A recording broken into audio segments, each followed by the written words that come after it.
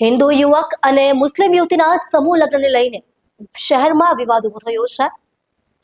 Yashvi foundation ઉપર યુવતી દ્વારા ગંભીર આક્ષેપો કરવામાં આવ્યા છે, પરંતુ સોશિયલ મીડિયા પર મામલો વાયરલ થતા કેટલાક સમાજના આગેવાનો દ્વારા તંત્ર સમક્ષ રજૂઆત કરવામાં આવી હતી. ત્યારબાદ યશવી ફાઉન્ડેશન દ્વારા પત્ર જાહેર કરી આ લગ્ન કાર્યક્રમમાં જોડીને સામેલ ન કરવા નિર્ણય લેવામાં આવ્યો હતો. આ ઘટનાને લઈને યુવતીએ સોશિયલ મીડિયા પર વિડીયો જાહેર કર્યો છે.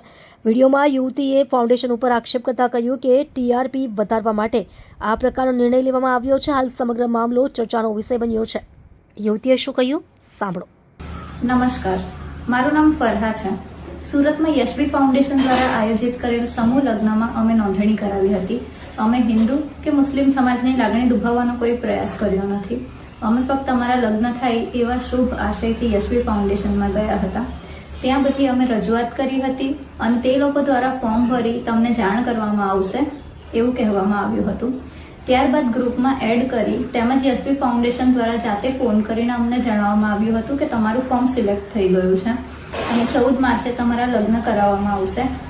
વોટ્સએપ ગ્રુપમાં તેમજ યશવી ફાઉન્ડેશનના એક એમ્પ્લોય ગાયત્રીબેન તરફથી અમને જાણ કરવામાં આવી કે પાનેતર વિતરણનો કાર્યક્રમ 25 ફેબ્રુઆરીએ ડુમસ ખાતે યોજાશે, જેમાં તમારે હાજર રહેવાનું છે. પાનેતર વિતરણના કાર્યક્રમમાં પ્રેસ કોન્ફરન્સ પણ રાખવામાં આવી છે, એની અમને કોઈ જાણ કરવામાં આવી નહીં હતી. ત્યાં પહોંચ્યાની સાથે થોડી જ વારમાં યશવી ફાઉન્ડેશનના ગાયત્રીબેન દ્વારા કહેવામાં આવ્યું કે તમારે એક ઇન્ટરવ્યૂ આપવું પડશે, જેના માટે મેં સાફ ઇનકાર કર્યો હતો. તે છતાં જૂઠા દિલાસા અને લાગણીનો આશય લઈને તેમણે અમને કહ્યું કે અમે તમારા માટે આટલું બધું કરીએ છીએ તો તમારે પણ આટલું તો કરવું જ પડશે અને એક જ વ્યક્તિ બસ તમને બે ત્રણ સવાલ કરશે, એના તમારે જવાબ આપવાના રહેશે એમ કહી એમની સાથે અમને સ્ટેજની પાછળના ભાગમાં લઈ જઈને ત્યાં સામેથી એમણે આવેલા પત્રકાર ભાઈઓને કહ્યું કે હિન્દુ મુસ્લિમ યુવક યુવતી છે તો તમે વિડીયો લઈ લો, તમને એક સારી લીડ મળશે. ત્યારબાદ સતત 2 દિવસ તમામ ચેનલ, સોશિયલ મીડિયા તેમજ ન્યૂઝપેપરમાં પણ આ ઇન્ટરવ્યૂ આવ્યું હતું અને લોકોએ ઘણી સારી ખરાબ ટિપ્પણી કરી.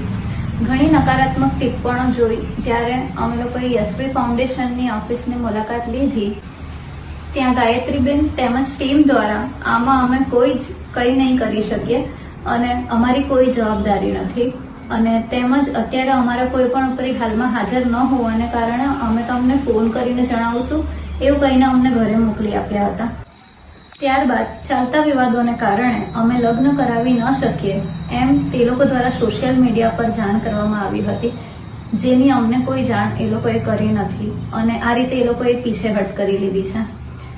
મારું બધાને કહેવું એટલું જ છે કે જ્યારે યશવી ફાઉન્ડેશન અને તેમની ટીમ તેમજ તેમના જે પણ માલિક છે એમને આ વિશે ખબર હતી કે હિન્દુ મુસ્લિમની વાત એ એક સેન્સિટિવ મુદ્દો છે અને લગ્ન એ લોકો કરાવી શકશે નહીં આવી કોઈ પરિસ્થિતિ આવે તો.